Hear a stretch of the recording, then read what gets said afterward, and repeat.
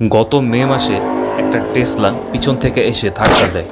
আলহামদুলিল্লাহ বড় কোনো ক্ষতি হয়নি, তবে একটা লোহার পার্ট ভেঙে যায় আর কিছু কসমেটিক ড্যামেজ হয়।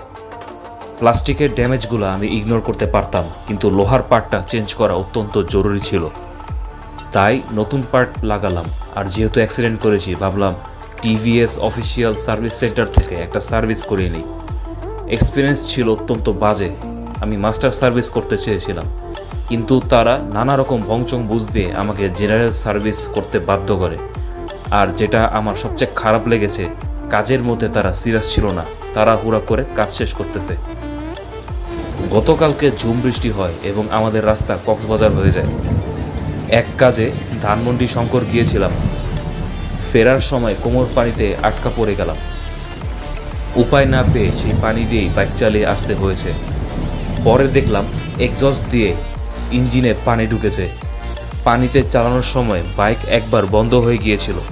তার উপর রাস্তার কাদা ময়লা, পুরো বাইক একদম নোংরা।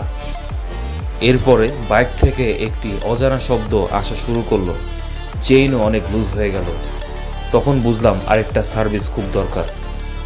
তাই আজকে সকাল সকাল চলে আসলাম কাঁটাবনে। আমি বাইক কেনার শুরু থেকে এখানে সার্ভিস করে, আর গত রাতে কাজের চাপে ঘুমাইছি মাত্র 2 ঘন্টা। তাই আমার চেহারা দেখে মনে হচ্ছিল আমি রাত জেগে চুরি করে আসছি। এখানে এসে প্রথমেই আমার বাইকে একদম ল্যাংটা করে ফেলা হলো। পার্ট বাই পার্ট খুলে ক্লিন, গ্রিজিং, চেকিং, অ্যাডজাস্টমেন্ট সব কিছু সময় এবং যত্ন নিয়ে করা হলো।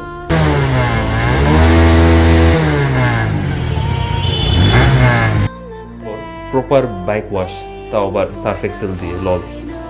আর সবচেয়ে ভালো লেগেছে কেউ তাড়াহুড়া করেনি।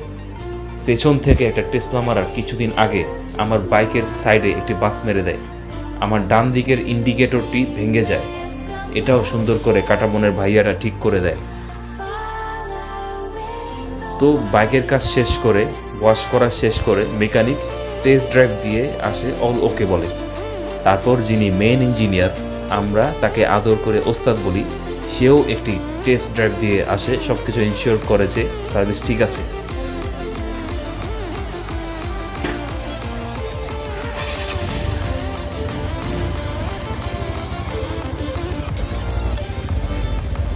এরপর আমি টেস্ট ড্রাইভ দিই।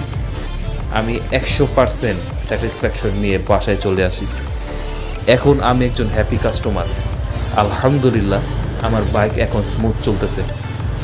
আমি এখন আর ব্যাক কাদায় বাইক চালাতে রাজি নই।